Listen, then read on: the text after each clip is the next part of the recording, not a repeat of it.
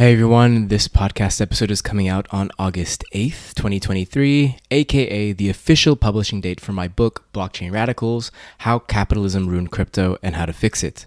What you're about to listen to is a recording of the book launch event in New York City, which took place July 23rd at the Metalabel office. As you'll hopefully hear, it was a fun event and was hosted by David Z. Morris, the Chief Insights Columnist at CoinDesk. I first give a short presentation about the structure of the book, and then he interviews me and facilitates a Q&A with the audience. Afterwards was a book signing and hangout with food and drinks. In the show notes, be sure to check out the link tree where I've listed out several different places where you can order the book in different countries and regions, so be sure to check it out if you haven't ordered a copy yet. I will also be continuing my book tour as I'll be in Dallas, Texas, August 10th at Who's Books at 7 p.m., as well as MetaFest in Pula, Croatia, the Crypto Commons Gathering in Austria, and in Berlin in mid-September, selling and signing books if you happen to be going to any of those places. And as well, I'd like to give a very big thank you to everyone who supported me over the past years financially via Patreon or the TBS subscription NFT, who without, I would not have been able to get this far, no doubt. There's still a lot more I'm wanting to do related to the book, so be on the lookout for that through the newsletter, Crypto Leftist Discord community, and the other usual places where you can keep up with me. All right, and with that, I hope you enjoy the recording from the book launch event.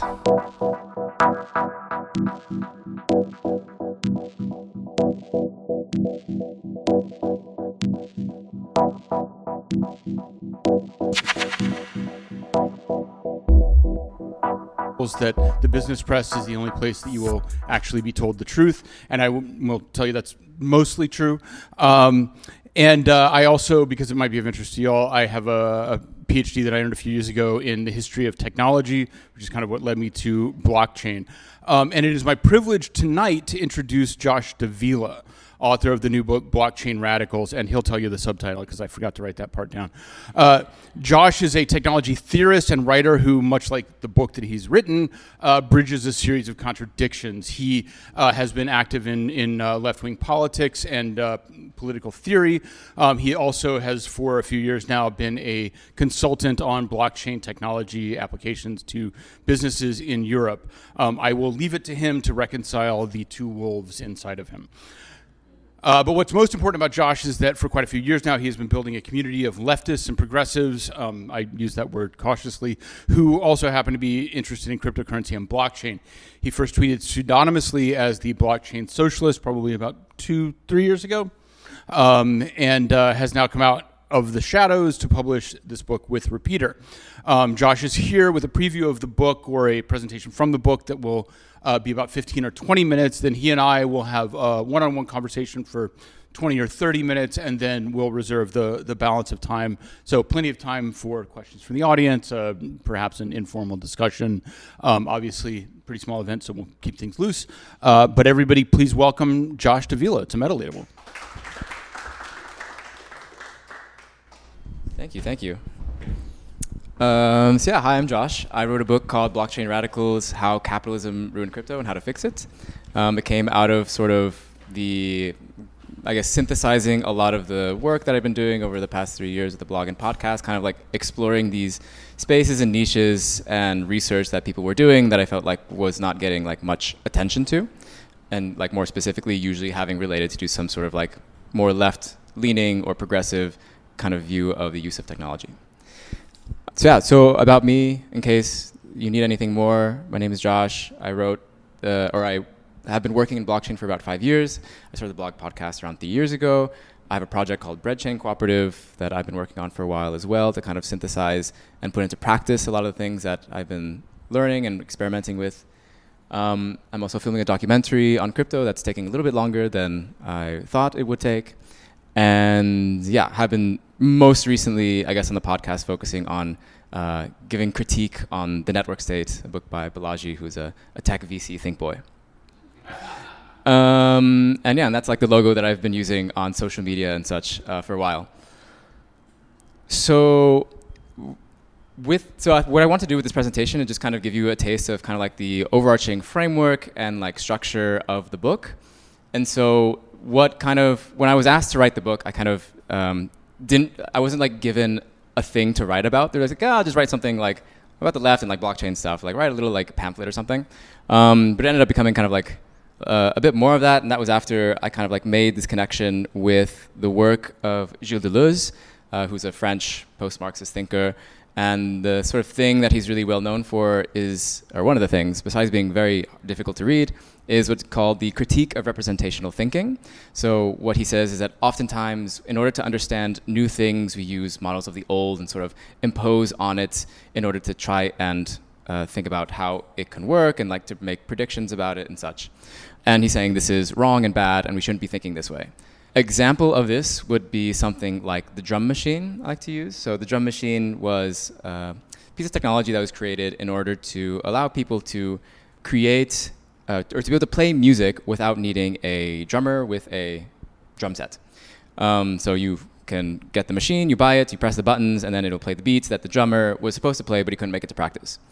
So in this kind of like conceptual model of what the drum machine was meant to do, it was a representation of a drummer with a drum set. That means it was a lesser version. So like a lot of like Platonic philosophy like focuses around like the ideal forms of things. And so he describes this as thinking like a tree, that you have like the trunk, which is like the ideal representation of whatever it is, for example, a drummer with a drum set. And then you have the things kind of going around it that are representations of it, but lesser than the ideal form. And so Deleuze is obsessed with potatoes because potatoes have what's called a rhizomatic structure to their roots. So do like mycelial networks of mushrooms, but essentially it describes a shape that doesn't have a clear center to it, that it's kind of like overlapping and has different, it's kind of like a hierarchical structure with different centers. And so kind of the thing that I connected with the book and with crypto is that this type of thinking is endemic in crypto since basically the start of it. Bitcoin was created as a peer-to-peer electronic cash system. That was its intention. That was kind of like the representation. That was the model that, Satoshi and whoever they are sort of made Bitcoin to be. And inside was infused, this narrative of being similar to gold. And this kind of metaphor or this model of using Bitcoin as a kind of extension of like thinking that the gold standard was the best form of monetary system, was thinking about Bitcoin as digital gold. And so since there had already been sort of this existing political group of people who, we call them gold bugs, or people who believe this, it was like an easy kind of like way to get a lot of people who are already connected, believing in this one thing that thinks should exist and willing to pay money for it, especially, they became attracted to Bitcoin. So that's like kind of like the beginning of it. You can also, if you go through just like a ton of things, code is law, so equating code and law together. Decentralized finance, it's kind of like this thing to like, let's do finance, but decentralized. The network state is, also something. DAOs used to be called decentralized autonomous corporations. So like the way that we kind of like conceptualize these things was already modeled on things that already existed and that had certain implications to them. And this is endemic. So this is, I like this quote from Alfred Korzybski that I think kind of goes well with this, that the map is not the territory. The word is not the thing it describes. Whenever the map is confused with the territory, a semantic disturbance is set up in the organism. The disturbance continues until the limitation of the map is recognized. Just saying that this kind of representational thinking or this metaphorical thinking in certain ways like creates a map and imposes a map on the territory, which is the thing that actually exists. The second quote that I really like is that all models are wrong, but some are useful. So, it's nice to have a map of, Peru whenever you're in Peru. It's nice if you need to like find out where you need to go, if you're following the streets or whatever, but the map of Peru is not the same as Peru. We shouldn't like confuse those things together. And so I think in crypto, we have many different types of maps that oftentimes people try to impose upon what it is in order to try to understand it better, but also as well in order to attract a clientele and in order to get people to separate them from their money, essentially, to buy their product and to buy their tokens or whatever else, because it adheres to an already pre-existing model of way that people think. And I think this is like a very like political choice. So like I like the work of Gramsci, and he has this concept called cultural hegemony that oftentimes, this was used to explain that social control structures of society, that the working class kind of gets imposed this worldview by the upper classes as a way to like impose a certain way of thinking about the world and understanding of the world. Like the map of our world is one that was modeled after those who have the power in order to model that world. And they impose that through structures, through institutions, and whatever else. And so in the book, kind of what I went through and applied this to cryptocurrency was I kind of listed out the most common representational models that are used in the cryptocurrency world, and I've divided the book into 3 sections. Section 1 is crypto as money. Section 2 is crypto as finance, and Section 3 is crypto as coordination. So these are kind of like the 3 ways that I've seen, just like in my time kind of keeping track with it, how it's kind of evolved more. In the beginning, before Ethereum, for example, like money was kind of like the main thing that people were like trying to tackle and like making Bitcoin like this monetary system. Then with the advent of smart contracts, like financial infrastructure became to be more of a thing that people wanted to emulate.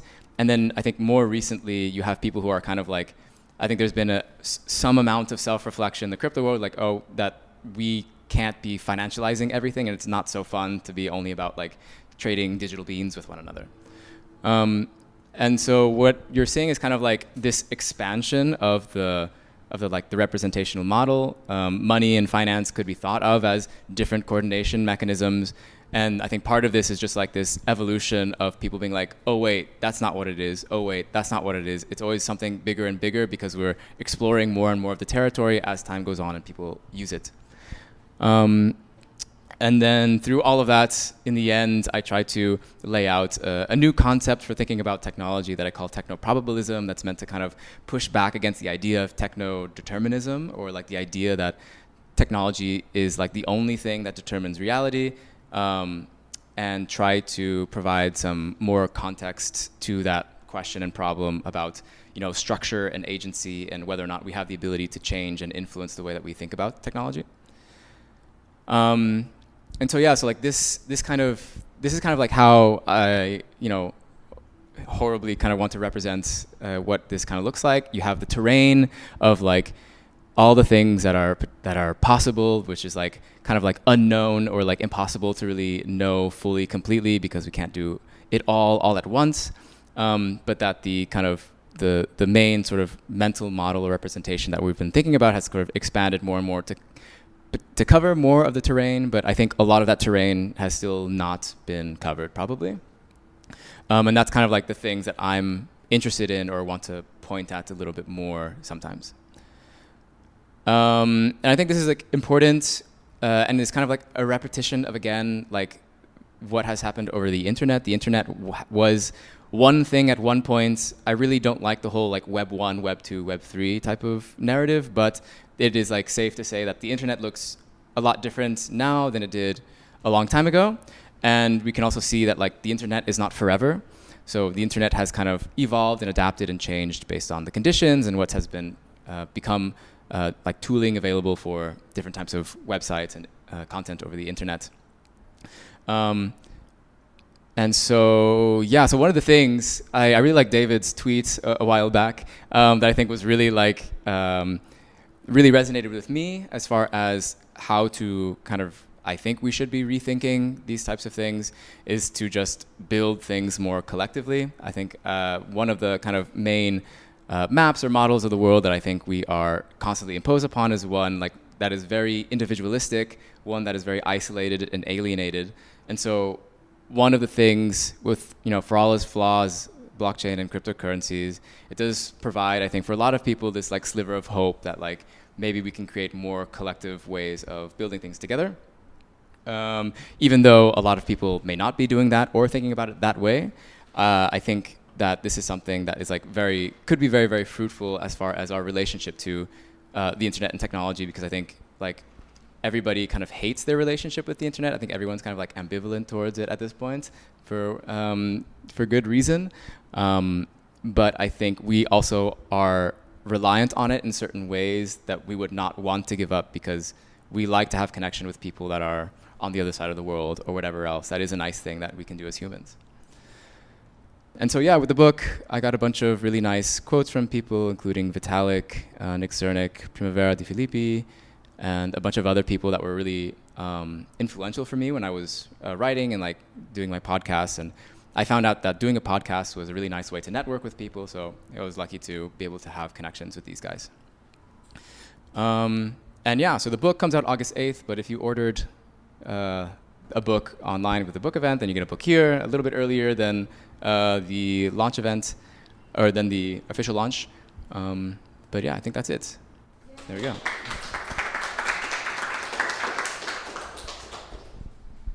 Awesome. So I think we can probably just grab opposite ends of the couch here if you want.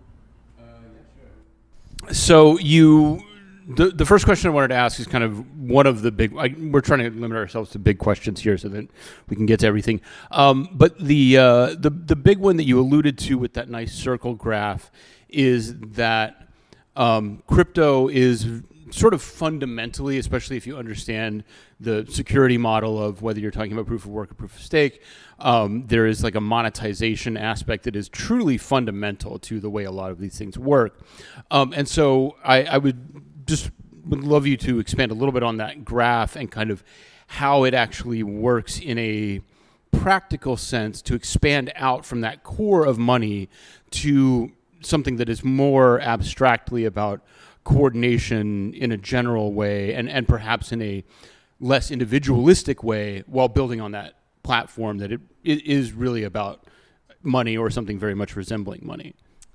Yeah, so I think I would not personally characterize something like Ethereum or Bitcoin as money at all, or like any really cryptocurrency as money, just like comparing it to like what the actual definition is. The like thing that I think is interesting when it comes to cryptocurrency and relationship to money is more the governance of not money, but like currencies or tokens, which maybe you can put money as like one aspect or like one type.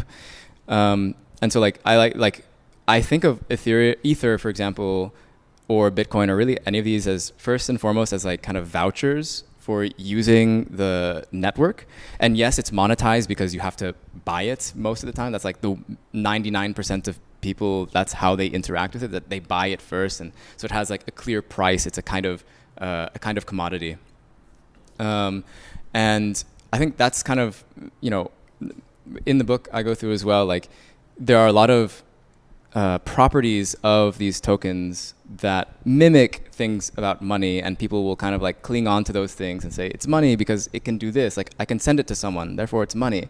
But it's kind of like, I don't know, they haven't spent the time to kind of like understand what the kind of like social institution that money kind of inhibits.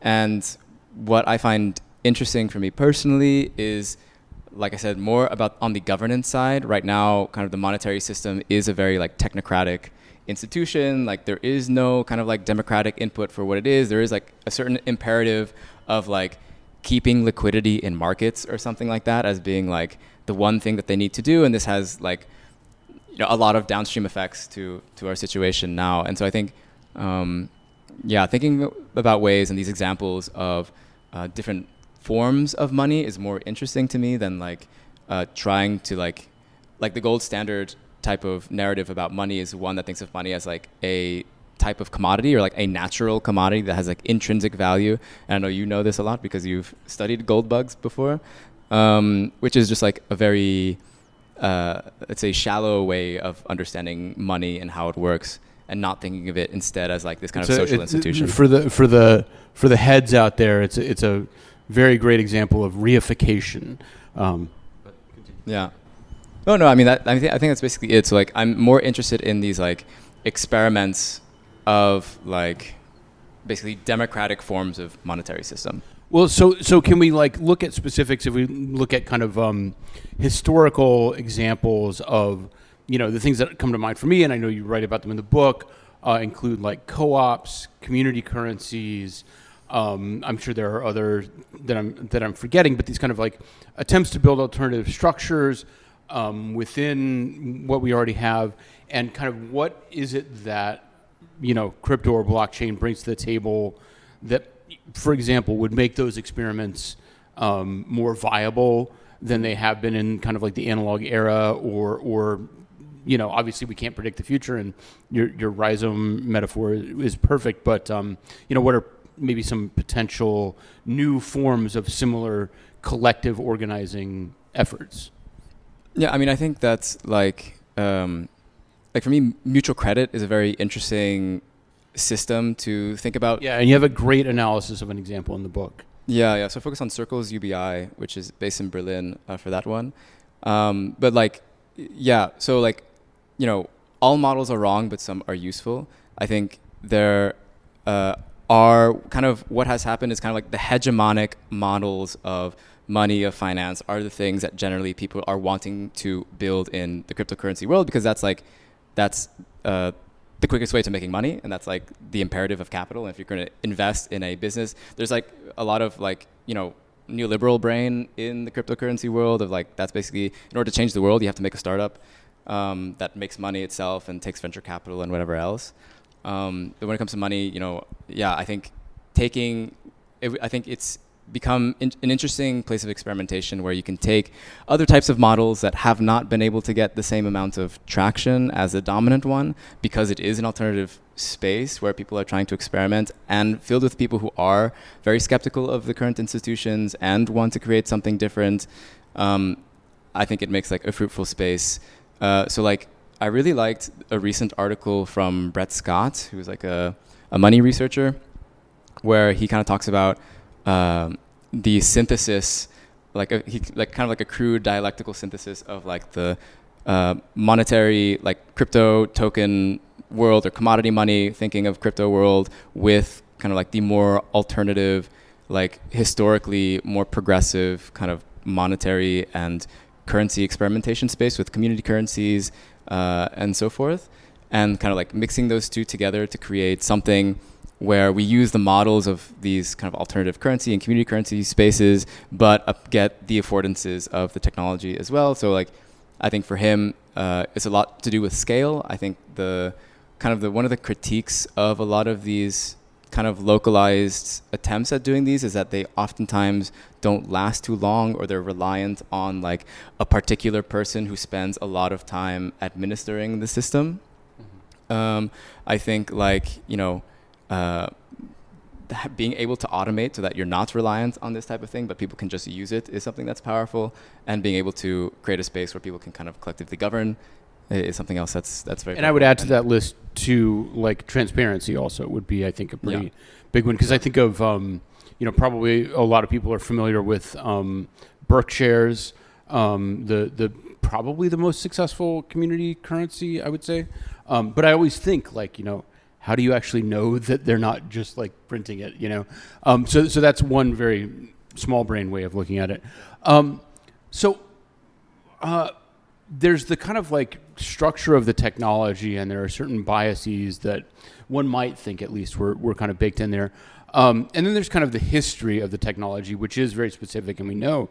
And, going back to like the 1990s and the cypherpunks, AKA crypto anarchists, is another term that's sometimes applied to the same group, who I have quite a lot of sympathy to, and are kind of privacy focused and really foresaw some of the issues I think that we're now really facing with the internet.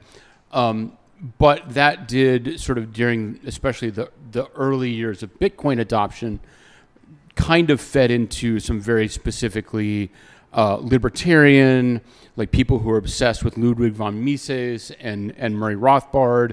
And that really became very strongly identified with Bitcoin. And there were even books written about it. And so I'm kind of curious for your read of, I guess, the relationship between politics and technology, both coming in and going out, in the sense of, is the politics that fed into this technology determinative of what it's good for, and if not, where does that lack of determination come from? Yeah, I mean, I don't think it's like, it's not deterministic, but it is like getting way ahead of the game, if that makes sense. Like the unfortunate like truth about Bitcoin, I think for me, is that it was successful as a technological implementation of a particular politics, and it is playing out that politics in its structure and in the way that people are interacting with it.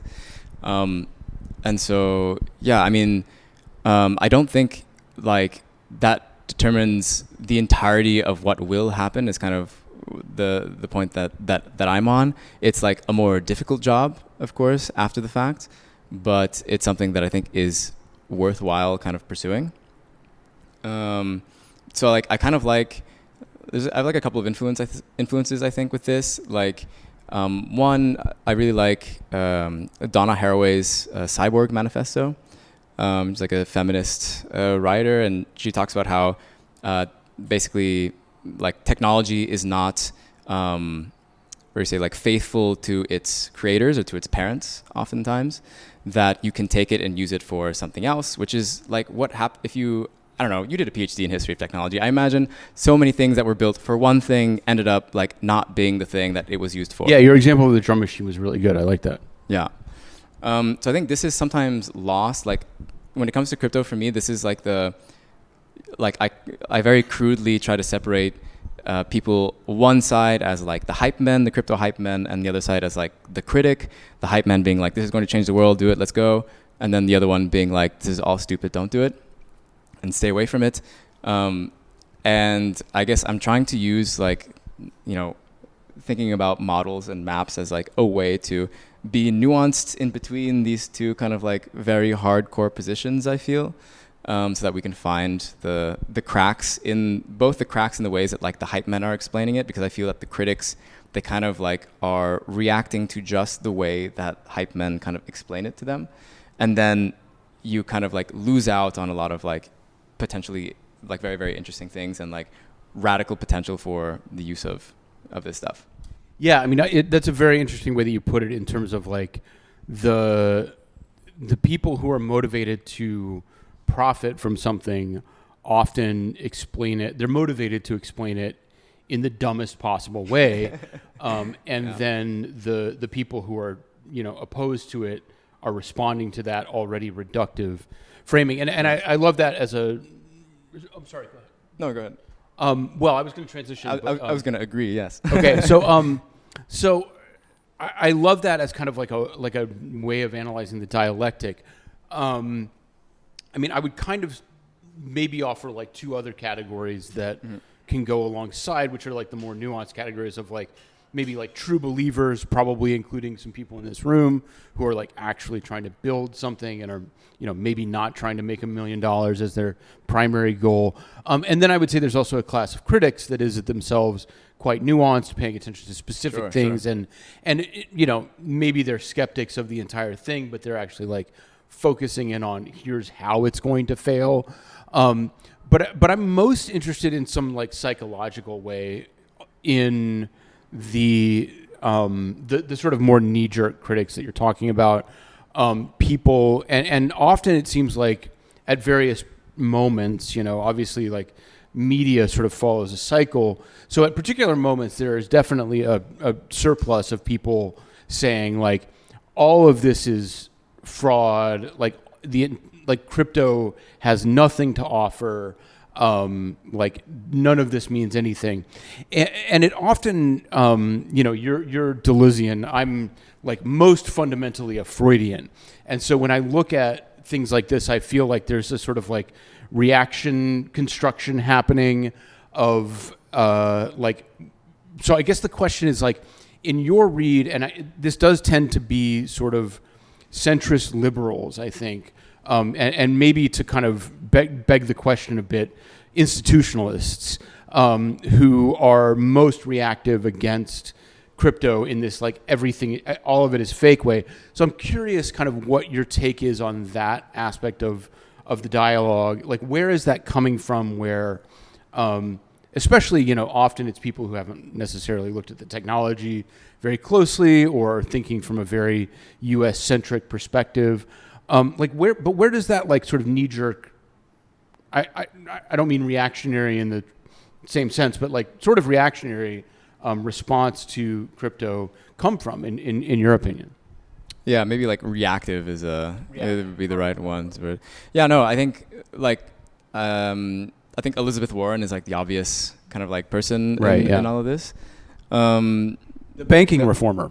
Yeah, I mean, I think it's like I think it's a worldview about like, I mean, just a lot of trust in the status quo and in institutions themselves, and that like it's a very much like we can fix it from the inside belief, which I mean, in some cases maybe you can, and you know, go for it. But I think it's this kind of very limiting view of kind of like only thinking of politics as like electoralism. I think is a big aspect of it, like thinking of being presented with the system and like a map of the system, usually being like the main institutions for electoralism is a big one. Yeah, speaking of mistaking the map for the territory, right? Yeah, and so like I think that there is this like people, and it's a difficult thing I think for a lot of people to wrap their heads around, that like to think outside of these institutions and ways of like, in order to create influence or power, like doesn't have to go through these institutional pathways. And that may be scary for some to do that. And it may, I mean, there's just a lot of course, our brainwashing is the right word, but like thinking that anybody who does try to do that is like some crazy anarchist who wants to destroy the world and, you know, is it like Joker or something like that.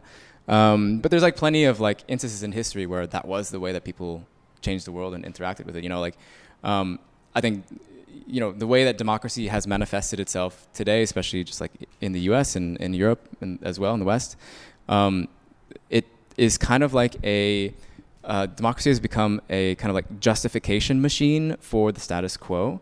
That like, oh, you elected, you tried and you voted really hard, but sorry, you can't do anything about it. Next time, wait another 4 or 5 years. And I don't know, I think it has a lot to do with thinking in this type of map of the world, I guess.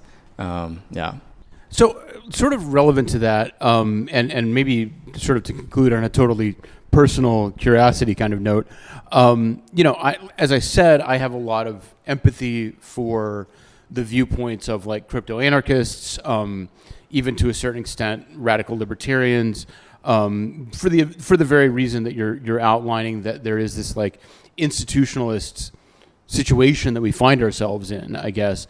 And I guess my question would be more to the socialism side of it than the blockchain side. But you know, given that this comes out of such a libertarian anarchist milieu, leaving the technology to one side for a second, like, is there an overlap in that Venn diagram? Is there like strategic common ground to be found, or maybe not strategic, maybe just kind of like, you know, mental, creative common ground to be found between, you know, people who want to end the Fed and people who, like, you know, just want socialized healthcare, you know? Yeah, sure. I mean, I think yes, there is. It's a very complex game at the same time. Like for me, I like to understand politics as like all politics is is coalition politics. That like it's usually, I mean, unless you have like real, like a huge base that you're able to mobilize in order to make change, where you have like the majority of the population. Usually, if you have that, is because you have a coalition of different groups. Like usually you can't make the change that you want to do without it. And I don't know, I think of like you know, if you know, like Yanis Varoufakis was the Minister of Finance in Greece during like the Greek crisis, and like he was giving, you know, I mean, he's a Marxist, giving like recommendations for policy on what to do, like to fight against like the austerity being posed by the ECB and everyone else. And like libertarians loved him. You know, like American libertarians loved Yanis Varoufakis because like they were able to find common ground. Yeah. So like I'm reading a book right now. Like they were able to find common ground on kind of like their hatred for certain types of financial or like the ways in which certain financial institutions have been playing the game, because libertarians have this certain, I don't know, like fairness in financial markets as like a big thing. And so, like, I think there's a space to play in there. Of course, it's just like it's a complex one, and it's a one that requires politics. Like, it requires like having, you know, relationships with people that you like don't necessarily agree with on everything, because to find enough people who agree with you on everything is just like, to me, a silly game to play. Yeah. Thank you. Very enlightening. So I think we can start opening it up to just a broader dialogue, and I'll try and keep things horizontal. But is there anybody in the audience who has a question? Go for it. So thanks for the talk. The book seems really interesting. I've been following you for a little bit. So as somebody who's been in like the kind of like left pro-tech space, I've seen that as has kind of been pointed out, that there's this almost resistance against tech movements being integrated into movements, as we pointed out, into institutional spaces, into institutional politics. And it seems like the biggest base would be people that Zizek called the liberal communists, the corporate redistributors who are, you know, early adopters of technology, like Bill Gates, right? And that, you know, he's really into like nano reactors and this type of thing, right? But in my experience, people like Nick Chernick and left accelerationists and these types of people have had a really hard time moving past technocratic speak and also integration into culture. And that the movements, you know, around these things has largely, like look at the Bernie Sanders movement, been against really basic technologies like nuclear. So I'm just curious if there's a strategy and what kind of politics would be connected to that strategy of, you know, of a socialism that is connected to people, as opposed to kind of like a, you know, a PMC type of politics. Yeah, I agree with the criticism. I think it's a tough one, but ultimately the thing that does probably need to happen is just like engaging with the communities that you are wanting to like build the technology for the most. Like, I mean, it's pretty common, you know, even I don't know, I've done a lot of like project, you know, technological project management or something like in corporate spaces, and even they like, you know, you do like surveys or like whatever, you understand like the thing they're trying to do. Like, it's a basic thing in like anthropology that you like, you know, identify like the group of people that you want to identify and like understand, like use that type of framework to understand like maybe the problems that they're facing and whatever else. Also, I think one of the biggest obstacles though is that like technical education is very low in like a lot of the world, that we don't like, it's not common knowledge how the internet works, but everybody is using it all the time. But nobody is just like, it's just like a little magic box that like, you know, gives you the text or whatever that you want to see that your friend sent you. And I think this has been on purpose. Like, it's been created to be this like almost seemingly that it requires like years of intense study in order to understand like the basic things of how this stuff works. When it ever like some type of like, I guess reform you can call it, that I think would be interesting to have. I think that would change this a lot is if, you know, as part of the education system, you like you are taught like how these things work.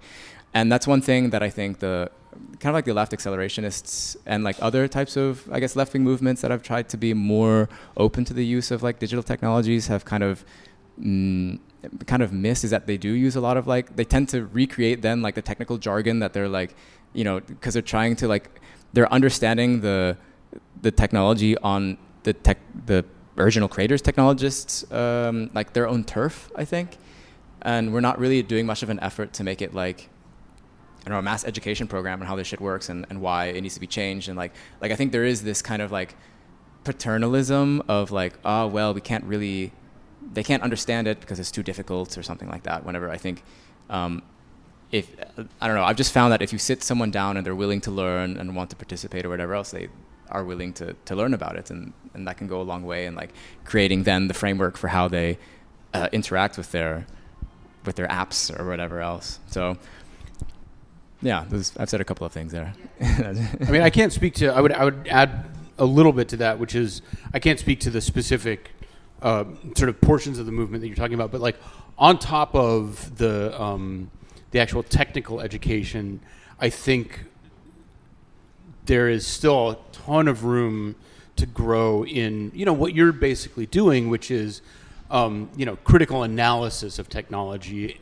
that is kind of socially informed and actually is able to think through the implications of something. I mean, and this is where, you can't necessarily teach the entire package at a social level, but also, like, we're dealing with it on both sides because you also have the technocrats themselves actively engaged in the process of dismantling an education system that is oriented towards inculcating any kind of critical, like, awareness into people. Sorry. Oh, yeah. I'll just wrap this up, but no, yeah, thank you. Both of these are really great answers. I think too, like, I think one of the things that, like, if we look at like the early Maoist movements, I'm not a fan of Mao, but I do like some of the strategies of mutual aid, right? People didn't understand the politics, but when their life was benefited from the actual act of being benefited from a technology, or political technology in this case, that they maybe didn't understand, maybe that could be a micro politics that you could push for that would, make meaningful change in real people's lives. And I don't think they have to understand, quantum computers or whatever you're using to make this technology real. So, other questions? Yeah, sure. So this might be an unfair question to ask you, but I'm going to ask you it anyhow. But I think this is probably impossible to predict, but I'm just kind of curious what your view is on what do you think like the sort of like socialist endgame is for incorporating blockchain technology into society? So like, let's fast forward 10, 25, 50, 100 years, however long, all the breaks go in the direction of the left.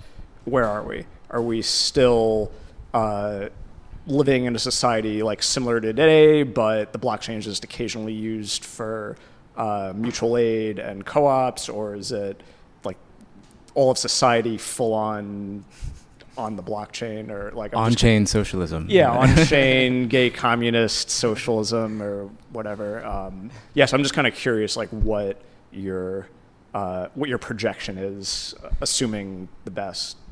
I mean, like, for me, it's to me, this, like, when it comes to socialism, like, we could have had socialism without blockchain for sure. Like, I think that can exist. Like, I don't think it's like we need to have like we need to have a cryptocurrency to make socialism. Like, I think that's kind of like a silly idea.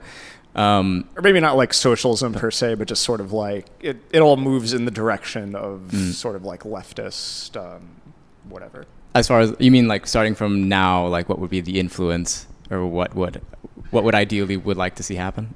Yeah, maybe framing it less in the context of like socialism or leftism, but just like if the breaks all move in the direction that you'd like it to move into. All right. In 50, 100, however many years, like what do you sort of view as the end game? I mean, the end game is socialism, but I think that I don't know. One time I wrote like a big list of like things that I wish existed that people could do. But I mean, I think it's more about like, because for me, I think like I really hate saying this, but like we're really early that because there hasn't been very much like experimentation with like specifically this technology with a progressive lens on it, or like a socialist lens on it. So, and I think part of that, I mean, there's a lot of reasons for that. One is because of all the libertarians in the space, like socialists kind of generally kind of rejecting it in a lot of ways.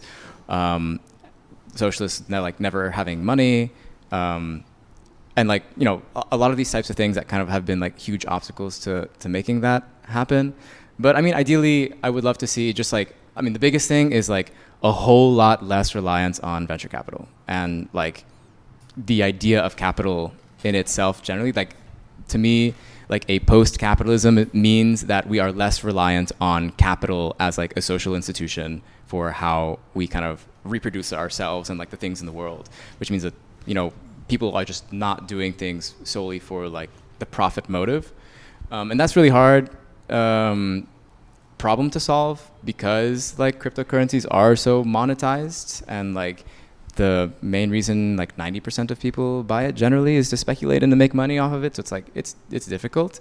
But I think like, and there is, I think, another problem to solve as well, is that like the consensus mechanisms of basically every blockchain is based on a profit motive. Like economic incentivization is just like profit.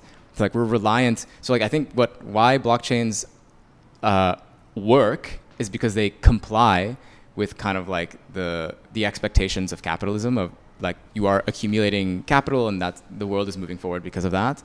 Again, another very difficult problem to solve, like whether or not we need, like the consensus mechanism should be changed to something that doesn't allow that, but also still have the same kind of safety and security guarantees that it gives us.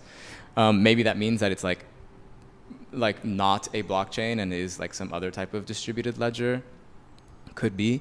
I think just blockchains are the ones that the like kind of infrastructure that has become the most popular and the most like interesting, and people are developing on it, and that's why like I spend so much time looking at it and thinking about it. But I do think that there is like a non-insignificant chance that like we need to rethink like blockchains themselves, and maybe that means that they are not blockchains anymore, and you know are able to do the things that they do without necessarily relying on capital. So those are a lot of things. So like, and I think getting rid of venture capital basically means that there is funding available for people to do work that's important, that doesn't involve making a deal with the devil. I think that's a huge part. Yeah, cool. Follow-up question to all that. It sounds like you're less a blockchain radical and more of a decentralized ledger technology radical. Maybe, but it doesn't roll off the tongue as well. Right. Like, so I guess on that note, are there any DLTs that aren't Ethereum that you're excited about that might that are not Ethereum or not blockchain or something like that? Yeah, I guess like aren't Ethereum, aren't Bitcoin. Like I guess the definition of blockchain is a little loose, but I guess I'm just curious if there are any technologies in the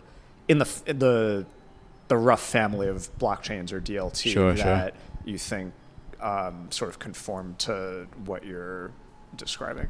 Yeah, so I mean, one of the last chapters compares a couple of like alternatives, since the book is pretty, like I don't know, 90% of examples are on like Ethereum or something like that. But I do look in like I mean Cosmos is a really interesting like ecosystem in itself, just because of how they've thought very differently about how the different chains relate to one another. But it's still based on capital, no doubt. Holochain is another one that I think is interesting, that doesn't have this type of consensus mechanism. I think one of the things that I'm waiting for from Holochain at the moment, though, is like just more use and more production.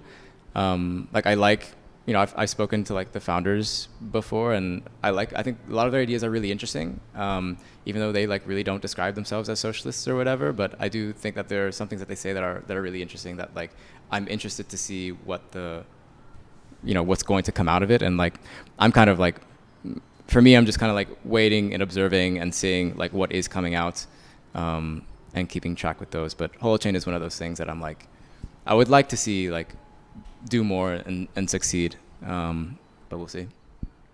And if I could just like expand a little bit on what I think is like the point that I agree with the most out of all you just said, which is trying to get rid of VCs, right? Like, and I'm sure this is no news to most of the people in this audience if you're paying attention to technology at all, but like there was a moment when venture capital kind of did a pretty decent job of allocation to new ideas and new technologies. It lasted maybe 10 years. And for the last 15, we've really been living in this kind of like hallucination of capital where narrative dominates so much, and like you're just trying to collect money from people, and really the money isn't in building a business that works or building a new technology that enhances people's lives. Like the money is in creating the narrative, running the fund, collecting the investment, and then cashing out as quickly as possible. And so like again, I think we're sort of just expanding on each other's ideas here, but for me, one of the visions of the future is this ability of maybe even relatively small groups of people to form communities online that can direct capital towards projects that actually like benefit them, and that they then also have a literal stake in. As much as that is like a sort of capitalist metaphor, I think there's some value there. Of course, the tricky part is that when you're looking at it on a day-to-day basis, the difference between the law cannot necessarily see the difference between a community engaged in a collective enterprise and like one guy running an exit scam who's going to take all the money from like the 20 people he attracted. So that really, for me, like that's like the how do you make that distinction and make it in a lasting way that works is one of the real remaining challenges of this thing. Because once you take like face-to-face community out of the equation and stuff can happen online, obviously we've seen that what it does as much as anything else is like create opportunities for fraud and scams that are, you know, mostly smaller than the macro societal scale fraud and scam that is venture capital over the last 10 years. But it's still, you know, it's not the future that I think either of us want.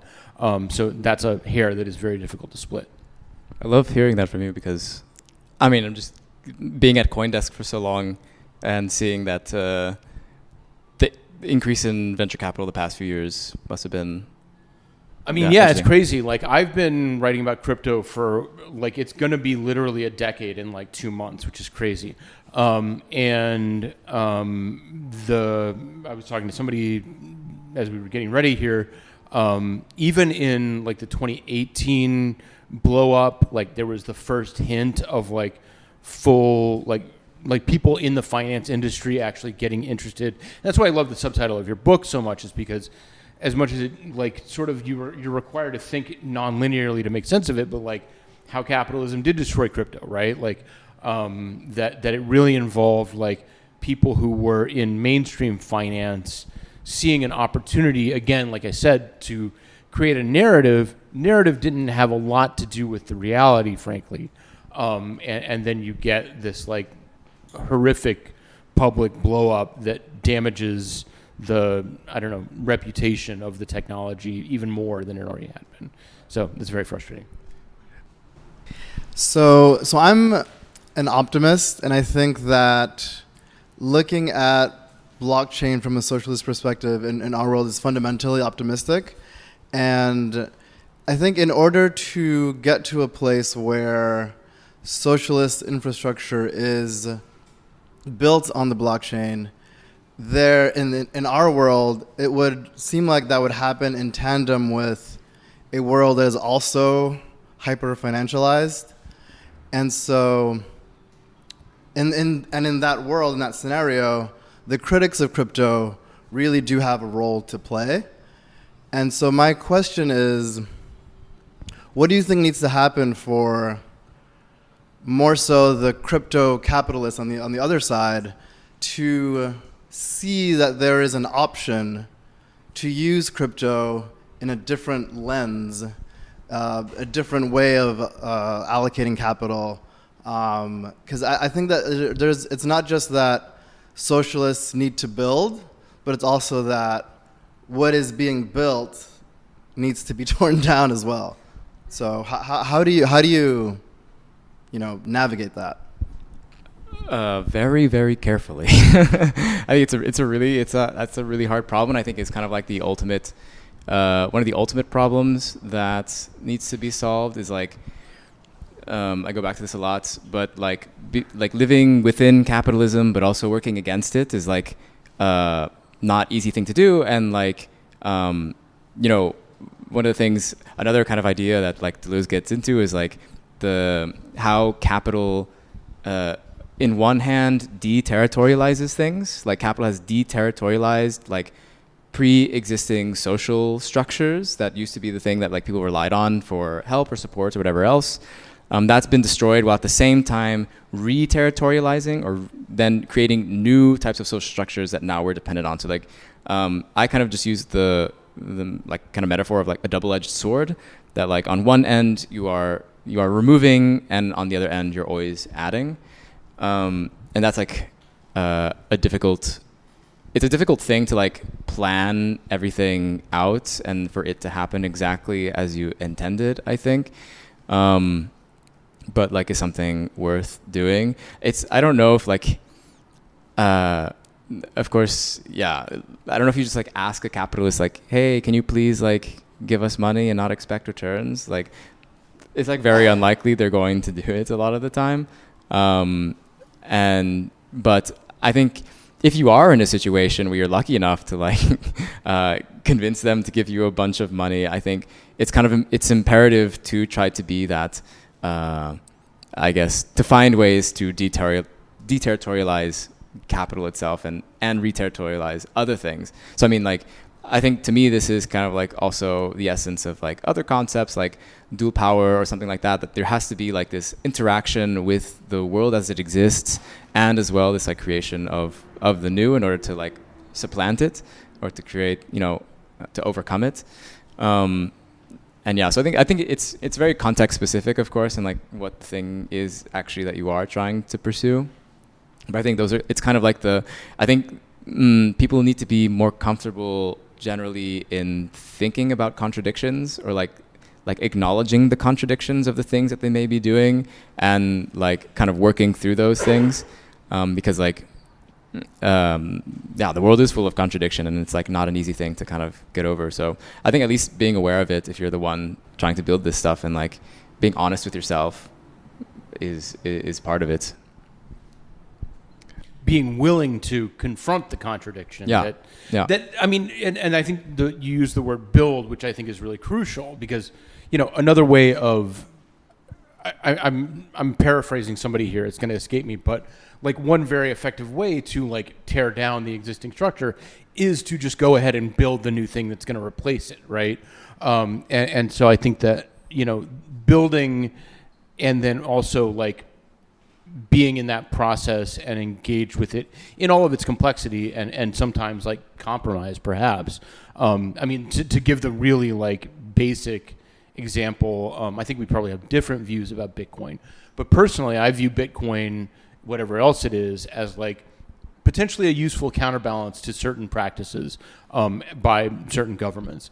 And so I think that's a pretty decent example in my mind of, if you build something that actually works and does something for people, then it can have effects that, if you're strategic enough, can accomplish your ends by actually just offering the alternative.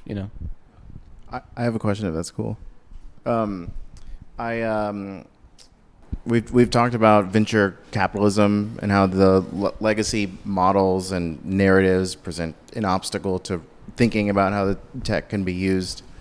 But what I found is some of the loudest voices for socialist concepts are actually venture capitalists. Lee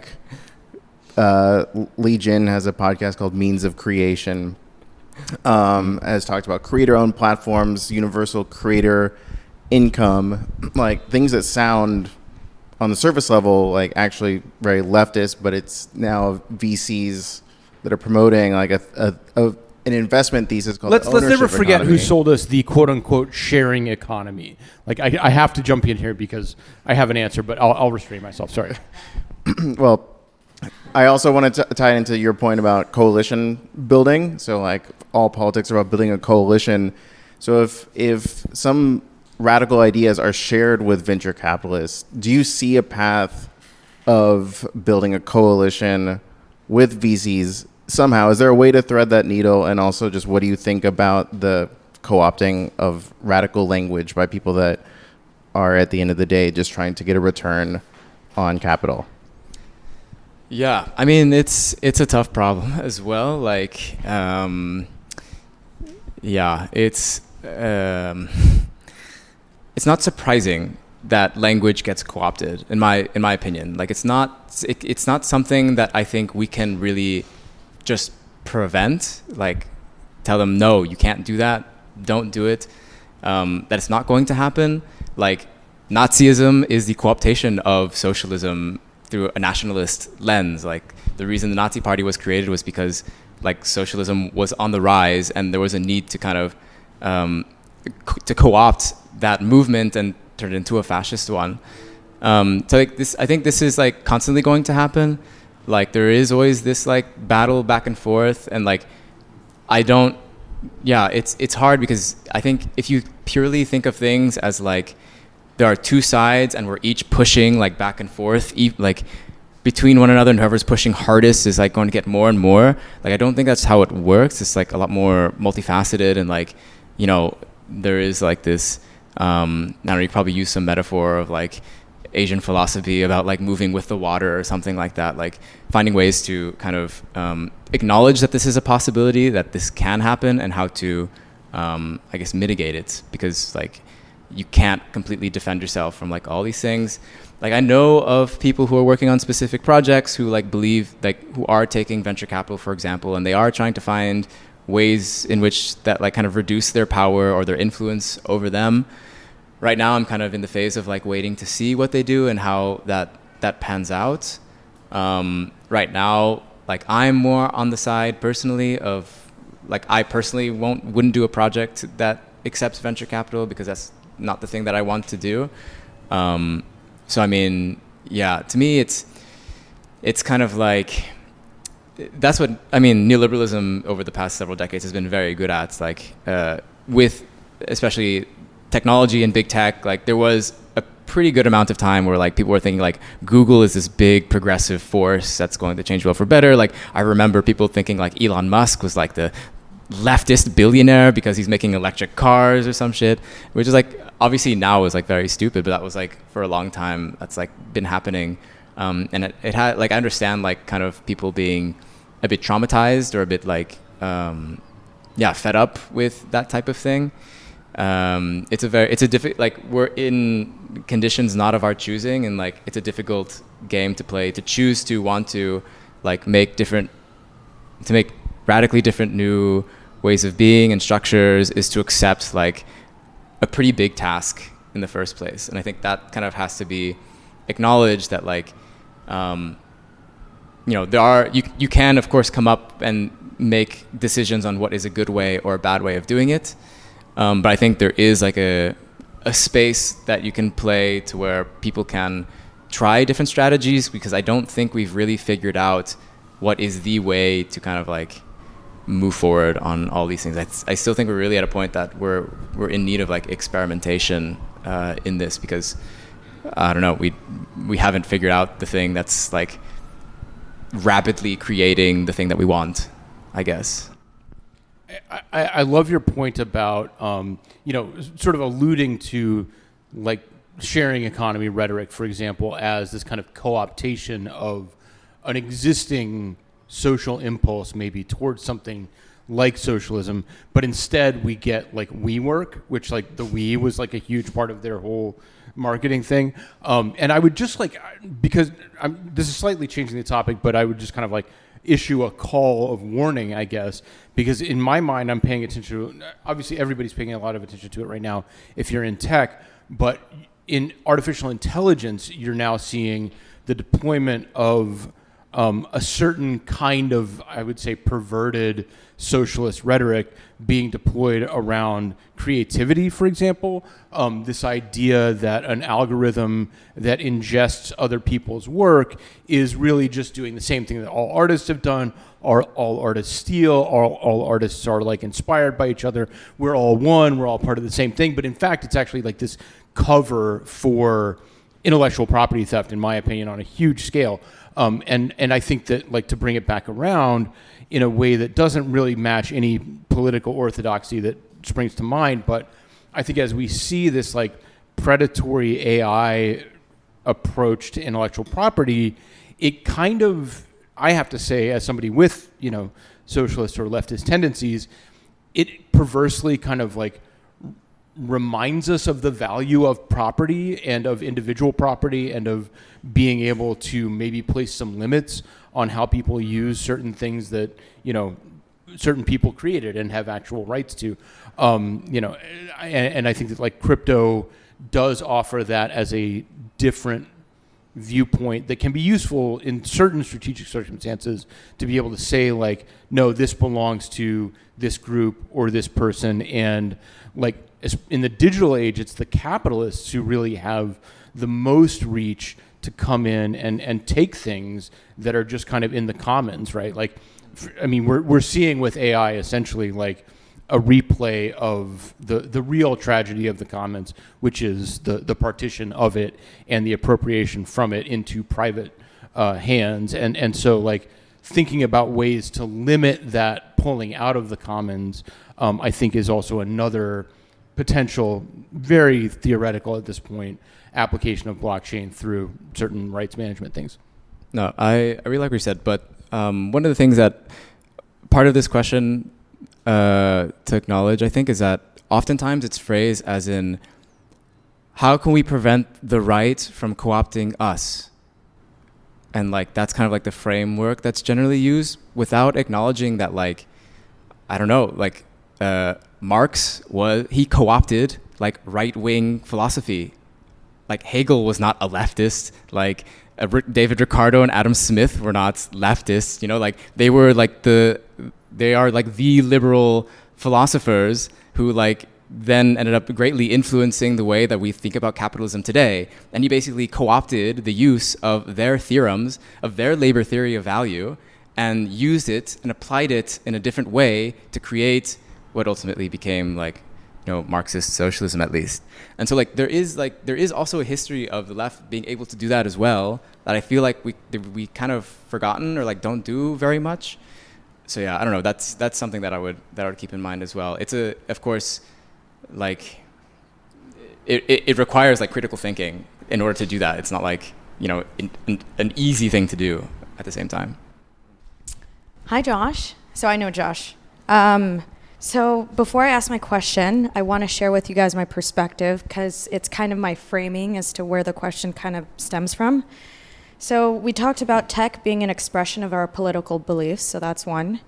My belief is competition and coexisting ideologies. I believe in this. I believe in that kind of as a means of global learning. We don't like that ideology because XYZ happened. We like ours because, YZX happened, whatever. But more as a means of global learning. The third one, my belief is, you were talking about representational thinking. I think it's kind of the easiest way for people to grasp something, especially, it's just easy, it's mimetic. But also if we're thinking about, the burden of our information age, we just have everything coming at us all the time, everything all at once, everywhere sort of situation. So those are the three things I kind of want to frame before I jump into my question. So my thinking is, what do you think about the perspective that, the best direction in implementing, a socialist blockchain might be kind of, leveraging this current state that we have, in this representational thinking, but maybe doing this with the public commons at scale, like water, air, land. A lot of this, with ideologies and tech, it's all kind of an evangelism game. Who can you get to follow you on board in your direction and your ideology? And if we're thinking about bringing socialism to blockchain at scale, what are those largest examples? So my thinking here might be that direction. So, what's your perspective on that? So you're saying like what are like influences, you mean, that are moving towards a socialism on the blockchain? Is that kind of what you're thinking? Like, my thinking is the best way to evangelize people is to do things with them at scale that have immediate utility. So an example could be, public utility blockchains that are leveraging data on water that we use, books that we use, things that are generally public, but, just kind of are being leveraged by and managed by the government. Right. No, I think this, I don't know, might be an unpopular opinion, but I do think that there is like a really interesting place to play potentially with like partnering with certain governments or like local municipalities to use the technology in a way that like helps govern already existing like shared resources in a particular locality. Like I think that would be a very fruitful place and like a very immediate thing. Of course, it is sort of like we haven't found yet. I don't know if there are like so many. I know of a couple of projects that have kind of done this, but some of them are kind of like vaporware a lot of the time. But yeah, I think I'm not afraid to say that it is interesting to like partner with governments to do this type of thing, and should be considered a lot more, just because it's already a pre-existing institution that has access to like all these people and who like are reliant on them for a lot of their services. So no, I think that's like one place to play. Like one of my like articles that I wrote quite a while in like beginning of the pandemic was like because in the beginning of the pandemic everybody was afraid of being kicked out of their homes and apartments because they were not working and their landlord was going to kick them out if they didn't pay rent, and this was happening at like a massive scale. And so like for me, one of the thought experiments I had at that point is like how to use like blockchains to kind of like create a different type of relationship with housing, for example. So I just, it's called the Housing for All token or something like that, where the token is a representation of a political right to housing.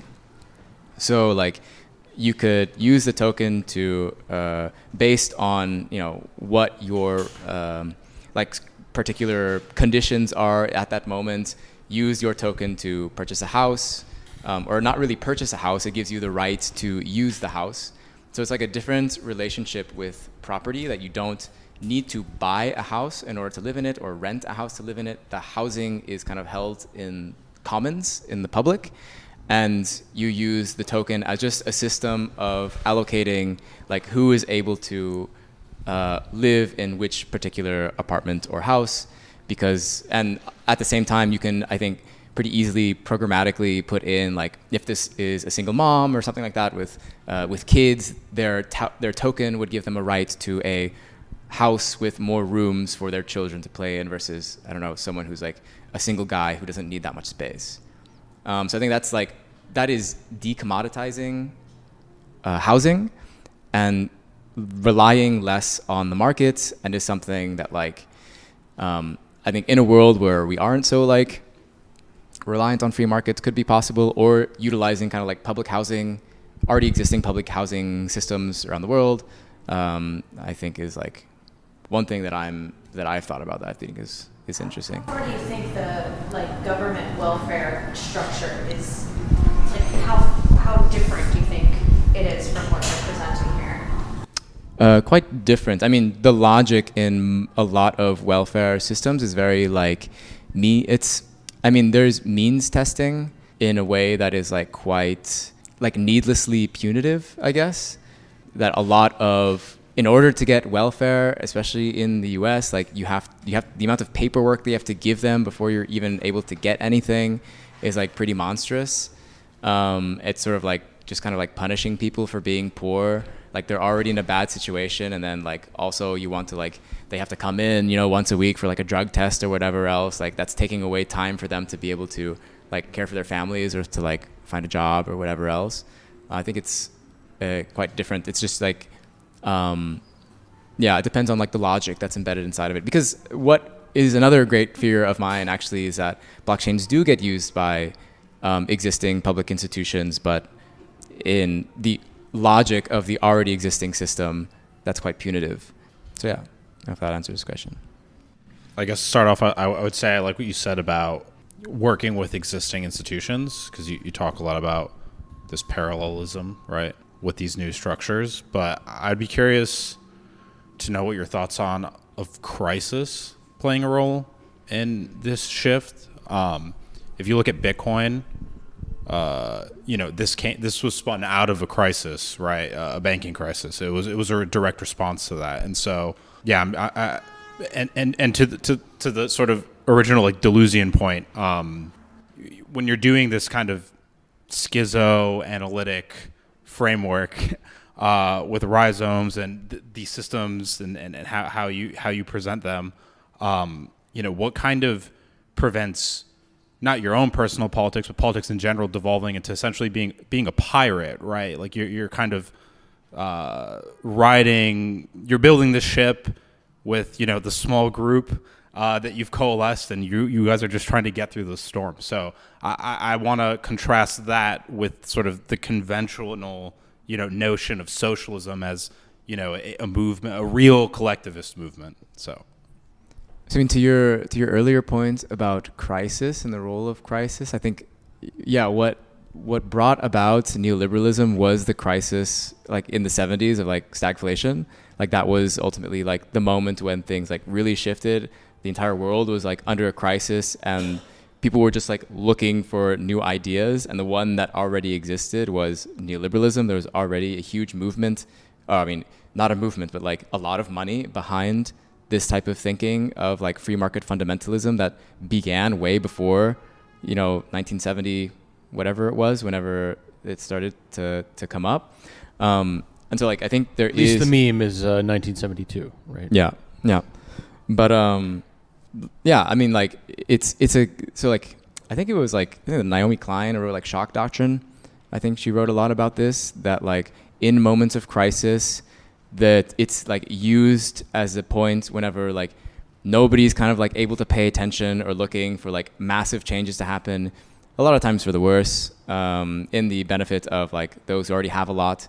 And that's how like we tend to have really big changes in the world, just like after these crises. Like, so I think considering that, I think that means sort of acknowledging that there's a need to like build a collective of sorts, a movement of sorts before the crisis happens, because by the time the crisis happens, it's too late. Like you're not ready for what's happening. Like if there was some sort of greater movement before Occupy Wall Street that was more organized and more, whatever, it probably would have been a lot more successful than it has been, or than it was. Even though it was a well-intentioned, people were angry, but it's this like constant thing where there is this reaction to crises happening. So I think that there is just like, the need to build infrastructure before the crisis, and so that you're ready for whenever the crisis does happen. Because I mean, just capitalism just like guarantees crises. That's like par for the course. Yeah. So like, I guess that's kind of why I was going into the whole schizo analysis, right? Because I want to kind of pick your brain about what your teleological view is of this, right? Like, is it that there will be a crisis and then, society is sort of remade in this new image, or is this something to help not promote the status quo, right? But is a mechanism of stability, right? So is this socialism a stabilizing, equalizing force, or is this socialism something that arises after the crisis, right? When there are these tools lying around for others to pick up and continue. And so I guess that's sort of my main point. Yeah, because I'm not sure. I mean, I'm not like I wouldn't be able to make the prediction on that. I guess I'm more interested to just see like, I don't know what works essentially. Like and it's for me still hard to say how exactly that will pan out. Like my take on that, and like leaving aside an immense amount of complexity, but my entire fascination with like Bitcoin specifically, and to whatever lesser extent these other systems have similar features, but this idea that it's put dismissively, but it was like a meme that became a collective action that actually built something. And obviously it's rooted in a lot of stuff that I think, a lot of us would dispute on fundamental ideological grounds. But nonetheless, in terms of, speaking to the crisis, like, it really does appear to now be something that can at least have, as you said, not necessarily status quo, but like some sort of protective effect, something that in particular, if you're coming from like the neoliberal institutionalist perspective and you believe that like the government is going to take care of everything, basically, there is now this model for, in a digital way, building an alternative that can be, maybe it's not the structure that we would like it to be, but it is nonetheless this structure that can exist past the crisis. And it does exist, it's really there.